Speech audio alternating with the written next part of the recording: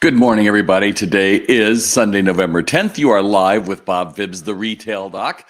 I know that people watch this all across the world and at various times and on replays, but I read every comment. So I encourage you all to type in where you're joining me from today. Haven't been able to do this for a few weeks because I've asked for questions and I didn't get them. So if I don't have questions, I don't continue on. And so whenever you see that on a Saturday morning, please do me a favor and give me a question you're looking to fix in your business, in your retail store, whether that's marketing or merchandising. I've kind of done it all. I've been doing this for 30 years with some of the greatest brands in the world, all the way down to brands you've never heard of. And the whole thing that my mission is, we can make the world a better place by the people working and shopping in retail. If you believe that, then you'll probably want to follow me. So please make sure that you do that, whatever platform you're watching this on, and give me some thumbs up. That's always great.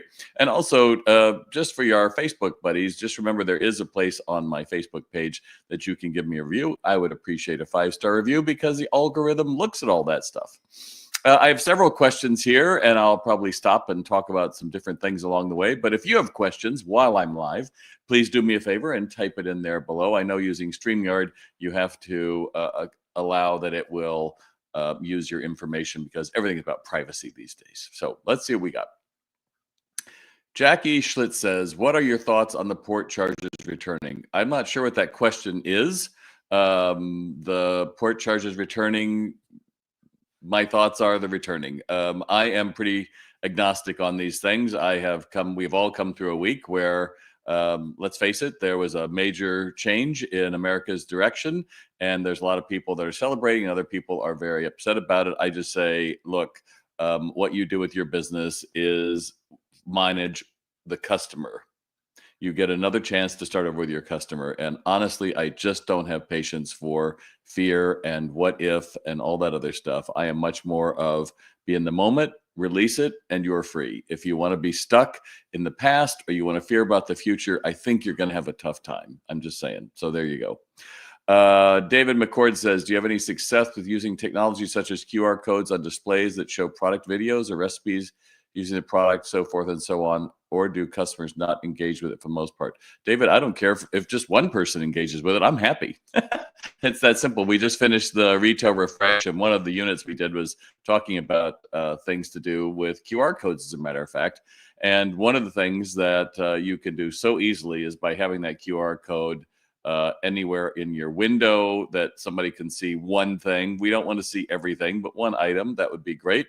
If you have a something at the register that's a QR code, somebody could sign up super quick for your loyalty program. So much better than having what's your phone number or something like that, right?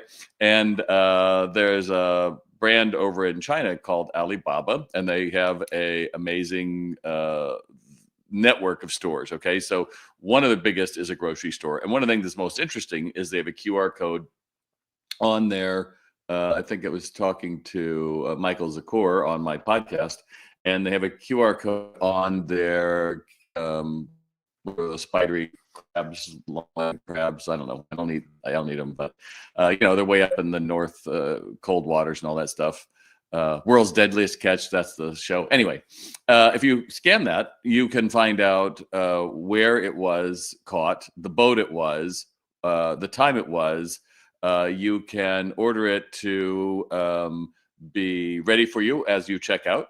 You could have them cook it for you right now and have it ready, or you could schedule it for a party coming up and have it delivered. That is an amazing set of things that are all dependent on that QR code. There's so much information that you can put in a QR code, but most people don't know how to do it, and they don't know how to really encourage customers to use it. So they're getting less and less I don't know, it's scary, but they're getting more widely understood because most of us have a smartphone that we understand how a QR code works, and it's helpful. So again, even if just one or two, it certainly helps, but just make sure you're taking it somewhere that you can go through and track that. Good morning from Albert Lee. Good morning, Linda. Good morning from Port Orange, Florida. I don't know why Facebook has locked out all of our names on this, but that's the way it goes. So again, privacy issues have taken over a lot of my social platforms. And in fact, I got hacked many times on my Facebook retail doc. And so I can't advertise on Facebook anymore. So a lot of my videos like this, I can't promote, a lot of other things. And we've been doing this since July. So every time I seem to think I can go back in there and do it, somehow my credit card gets used. So heads up that the hackers are out there. Holly Mason, your thoughts on fixtures? Okay. Are there outdated fixtures or best fixtures for certain types of products? Is the farmhouse look dead, cherry-esque bookshelves, books, and gift store? Are there some types of display that are always a big nope for you? So that's a lot of questions in there, Holly. And fixtures always come down to what are you trying to sell? I think that square tables are definitely not the way to go. Look at anyone who has got new stores, whether it's luxury or mid-market or other ones, they are always going to be round. And the idea of nesting and that kind of idea, because it just looks more human. It's more human scale. I'm not a big fan of those big gondolas that, are 6 or 8 feet tall that you can get a grocery store being used at anything else but a grocery store, because they obliterate your sight lines, but also everything tends to look the same. So, I think whoever you are that are looking at your store, you have to think like your home. And is it clean and is it neat? Gift stores for me always have this grandma's attic feel about them, which is put as much stuff in there and people will browse. But the problem is when so much stuff that we're browsing is nothing stands out. And so I don't think it's as much about the fixtures as it is about curating what you're selling, because a lot of us go through, and because we can buy a lot of stuff, we do, and then we just junk up the store. And I think that's really bad. So there you go. Oh, we have a lot of people just joined in. Hey, if you're just joining in, let me know who you are. Although I can't answer you by name because you're hidden in Facebook's little algorithm, but I'm glad you're here today. So thanks for joining us. I hope that helps, Holly. Lynn Palmer asks, it's shoplifting time of year. That's right. It certainly is. Well, how do you discourage and how do your employees handle it? It's fascinating. When I was selling cowboy clothes back a while back, and we used to have a big table out front. I mean, my goodness, 10 by 10 foot table, and it was stacked with Levi's, because Levi's were huge in that time. I'm not going to give you the years. And we were in Santa Monica Place Mall, and it was a Frank Gehry design, really upscale, and a lot of tourists came there. So I went to the bank, and I came back from the bank, and I walked in the store. I go, what the hell happened? And I went to one of the guys on charge, and I said, did we just have a run on Levi's? He goes, what do you mean? I go, dude, they were that high. They're this. And what the sneaky thieves had done was, when they had taken them all, the appearance at first is you're just looking at they're all blue. But if you just paid attention, you would see that, dear God, we were wiped out. And that was a very big deal. So I always come back to, and every cop will tell you everywhere, the number one way to prevent shoplifting is eye contact. If you would get out from behind your damn counters, if I had my druthers, I would get rid of counters. I would have a bed of nails behind there. I would do anything I can. People have comfy seats. I've seen it all, believe me.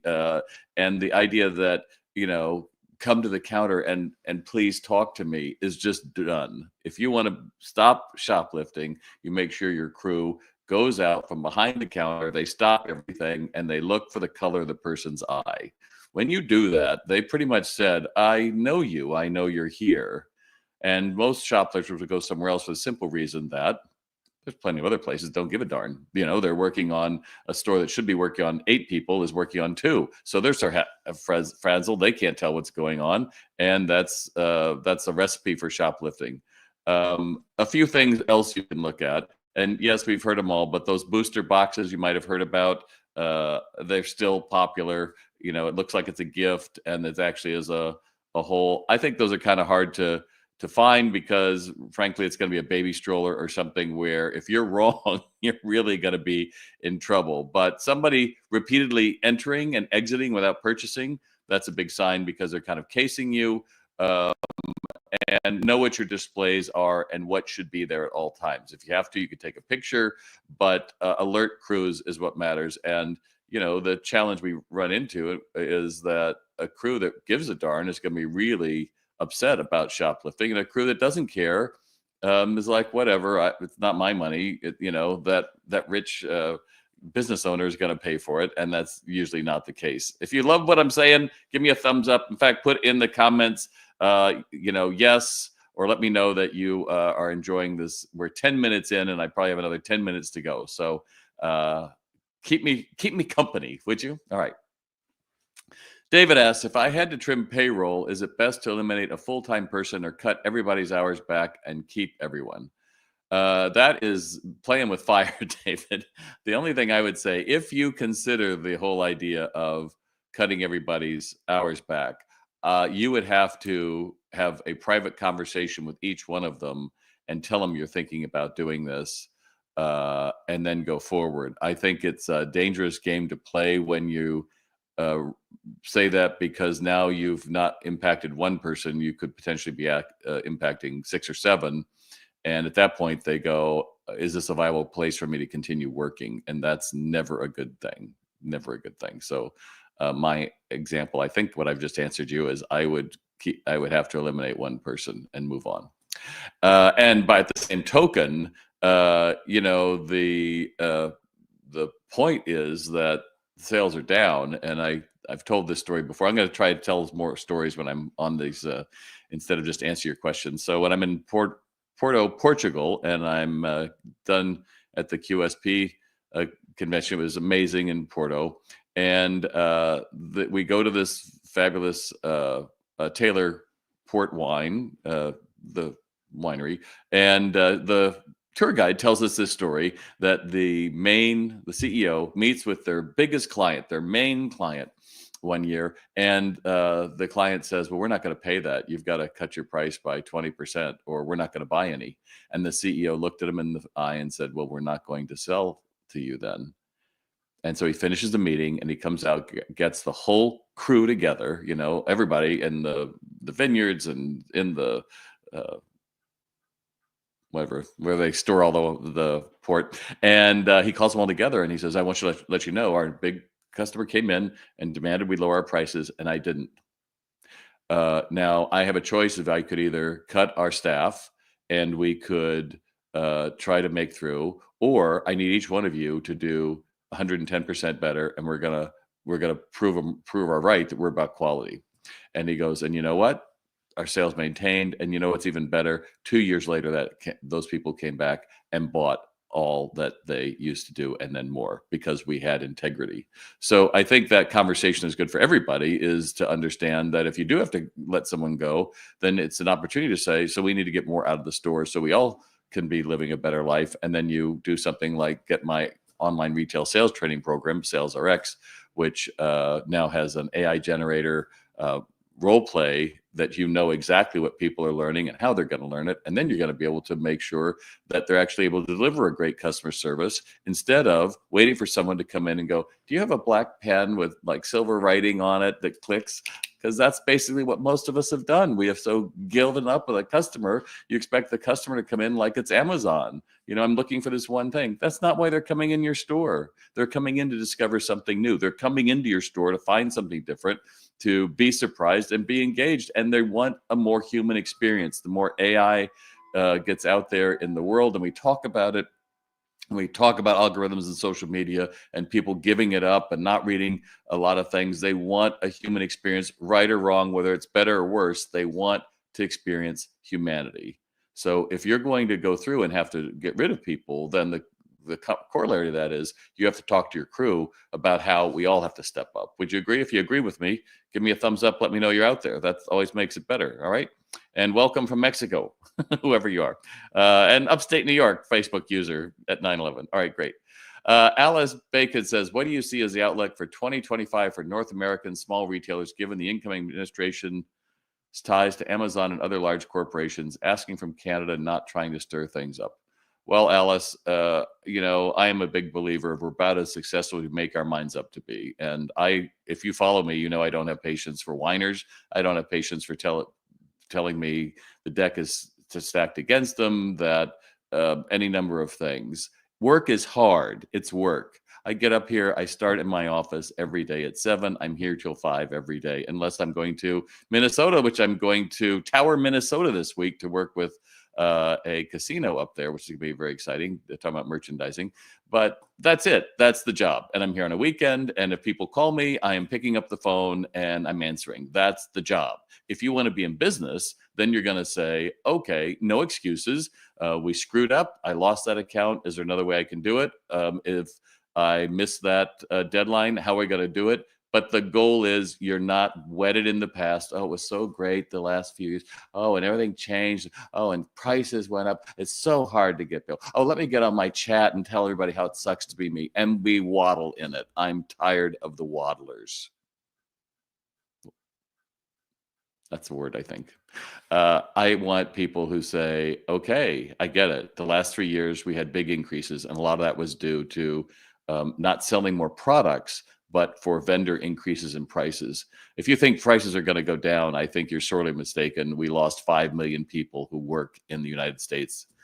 People are not going to go back to $7.50 an hour. They're going to expect the same wages they're making. So if that's the case, then you're going to have to earn more this holiday season from the customer than taking them for granted and allowing somebody who doesn't give a crap be on your store sales floor. And you're saying, did you welcome those people? Oh, I said hi. They're just looking. And we let them get off with that because they're not trained. And if you thought about being in the Olympics and you think people are not training to be in the Olympics, of course they are every single day. Well, that's what you have to be. If you want to be successful, you've got to look and say, how am I going to be better? And those of you who have been on my site and you've explored SalesRx, and it's like, oh, well, that looks like work. Hey, if you can give somebody 10 minutes off the floor to go to the bathroom, you can give them 10 minutes a day to learn how to be a real salesperson. And then you can actually, instead of cutting people, you can be expanding. Like several of our clients are adding new stores, adding new crews, and they're loving life because they're selling higher dollar values and more of them in one sale versus just having more expensive items go out the door. Hope that makes sense. Enjoy northern Minnesota. It's beautiful. Yeah, well, there's a chance that I might have 1 inch of snow on Wednesday night, but hopefully that'll melt. So there you go. I think that's probably Linda there. So there you go. Shell asked me, how do you prepare for proposed tariffs? Well, we're on a roll with this. Do I order as much immediate ship as I can right now? Clearly, that inventory would have to be year-round appropriate instead of seasonal. I'm a clothing and gift boutique in Ohio. So I'll give you another quick story here. Shell, and some of this might land with you. When I was doing a business makeover for Mike Sheldrick, one of my very first clients, I walked into this one area and it was filled with syrups. I mean, like case after case, and things like grape and pineapple. And I'm like, why do you have all of this? Nobody's ordering that in a coffee house. And he said, oh, well, I get 15% less if I'm a distributor. So I have to maintain my inventory. I go, but this stuff is not, you're going to sell it. He goes, but I could. I'm like, well, you could, but you're not. So why are you doing that? And so that conversation around, again, preparing for proposed tariffs. These are ideas. Nothing has come to fruition. There's nothing out there saying that's what it is. When your distributors tell you something like that, fine. But I don't buy on fear, and I'm certainly not going to end up trying to buy as much as I can and ignore all the rules of proper merchandise buying, which is quite simply buy what you can sell, not buy what you can hold. That's not why you're in a retail business. You're in a business for the merchandise to turn over and over. That's what matters. So agree, team effort. You can't win a game if we're not all on the plays. That's exactly it. I love that. Hey, I've got a name here. Hey, Dan, glad you're here. Oh, that's coming in from YouTube, so that's why I could see that. All right, great. Graham asks, simple question. Okay, Graham, what's the simple question? If a customer breaks something in the store, what are your thoughts regarding charging them for broken item? Okay, Graham, that's just a no. I can't imagine if I broke something and someone came over to you have to buy that. I'd walk out and like, go ahead, charge me. And then I would probably post on social media and I would probably talk about it or never go back there. Or what are we going to be doing? Charging customers for trying on clothes and not buying them, or billing them for time spent asking questions? It's the same absurdity, right? It's like, if they broke it, then they broke it, and that's what happens.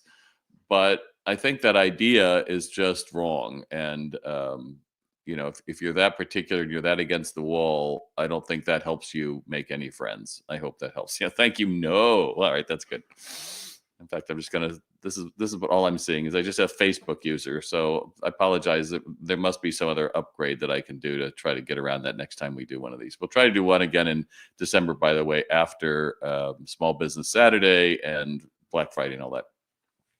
Remember this year, by the way, a side note, Thanksgiving is a week later this year than last year. So that means you have a condensed shopping time, but we do expect it to be a really great time for after Christmas sales because Christmas falls in the middle of the week. And so people won't know which weekend to take off, but you'll end up having more time with people who are going to be, you have an extra weekend in there. So that kind of makes up for it. But that's why you're seeing everybody fully decked in their stores in Christmas already, which I highly recommend.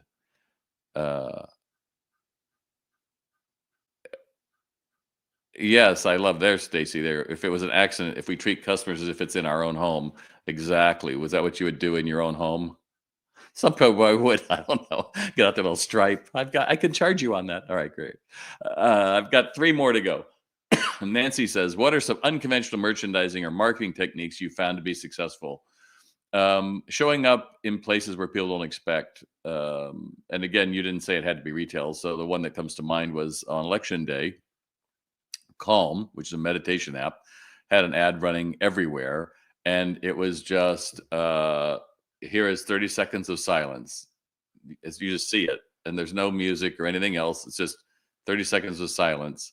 And that's all it is. You watch it and it's like, you're welcome from Calm. And that was it because it's a meditation app. And I thought, brilliant. I think we're seeing products show up in unconventional places. We're seeing people doing partnerships with different vendors. You know, in your case, Nancy, you do an awful lot of picture framing. So I would say, you know, try to find a way even to get into a school on a back to school night and you show how you're framing like 2 or 3 quick pictures for somebody or something like that, that gets people to go like, wow, that was interesting. Or they might take a moment, but you want to be true to who you are. There's an awful lot of people that do pop-ups with all kinds of brands that have nothing to do with their product. And I'm kind of like, I sort of get it, but they don't really know who you are as much as who that other person is. So make sure that they're a partnership. I hope that helps. Dory's asking, how do you talk to a salesperson about their body odor? Well, I think you have to have, like any uncomfortable conversation, you have to, and I'll put a link in this afterwards because this is exactly what my AI role play sidekick Rex does. You have an uncomfortable conversation. And the one that I'm going to put in the chat here, I don't know why I call him he, but in any event, you'll start the role play with a picture of a young woman who's been late 3 times that week. And you have to have an uncomfortable conversation with them to get them to change their behavior. And then you'll do this. It might take you a minute. And then you get a score. You'll get to see how you figured out. And it will tell you exactly, you did this right, you did this right, or you missed this. It's the same, I think, with body odor. You first have acknowledged there's a problem here. So however you get in that conversation, you're going to do this privately. And you're going to say, you know, hey, I just want to make sure that you understand that, you know, I have found that sometimes bodily hygiene is lacking when you come in sometimes, and you have to get them to acknowledge there's a problem. Well, I don't have a problem with it. Yeah, I understand it, but I do. And my customers are having a challenge with that. And then you turn it back on them. So how can we correct that?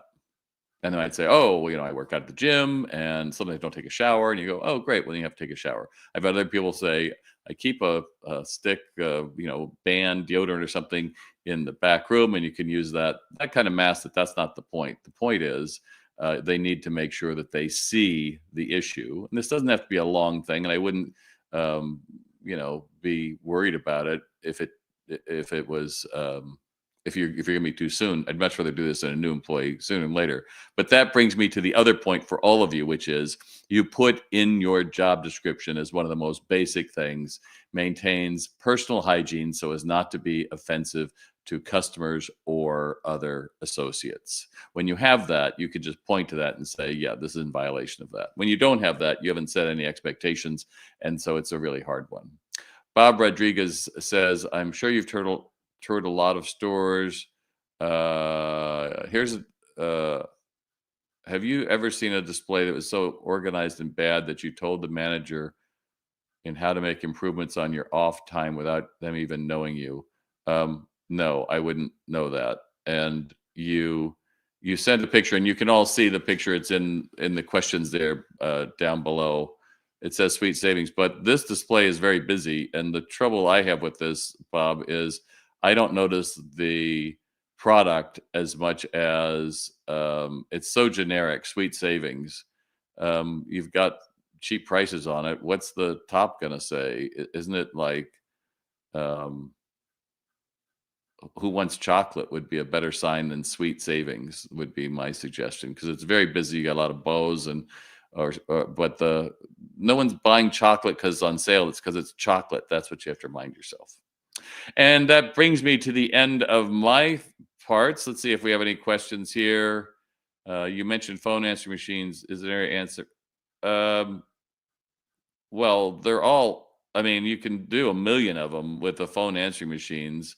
That's whoever your service provider is. You just set it up that it's text to.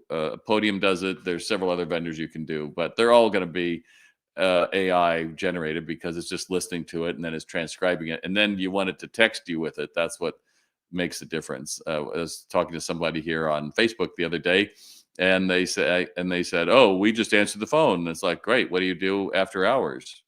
Oh, because that's another point, and I'll just end with this. You've been generous to be with me 26 minutes. The whole idea that when a customer contacts you, are you getting an instant ping in your email and answering them?